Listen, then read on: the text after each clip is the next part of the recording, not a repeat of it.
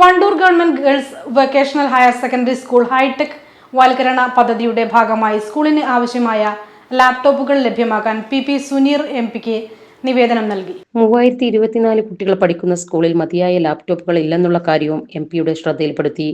ആവശ്യം അനുഭാവപൂർവ്വം പരിഗണിക്കാമെന്ന് എംപി വാക്ക് തന്നതായി ഭാരവാഹികൾ കൂടിക്കാഴ്ചയ്ക്ക് ശേഷം പറഞ്ഞു. PTA president Shareef Thurakkal, project coordinator KK Muhammad Ali, PTA committee അംഗങ്ങളായ P രഞ്ജിത്ത്, മുഹസിൻ നാലകത്തി എന്നിവർ കൂടിക്കാഴ്ചയിൽ സംബന്ധിച്ചു. ഗേൾസ് ഹയർ സെക്കൻഡറി സ്കൂളിൻ്റെ ഹൈടെക് വൽക്കരണവുമായി ബന്ധപ്പെട്ട് അതിൻ്റെ വികസന സമിതി PTA-യുടെ നേതൃത്വത്തിൽ രൂപീകരിച്ച വികസന സമിതിയുടെ ആദ്യ മീറ്റിംഗ് ഇന്നലെ ഇൻവേറിൽ ടൗൺ സ്ക്വയറിൽ വെച്ച് കൂടിയിരുന്നു.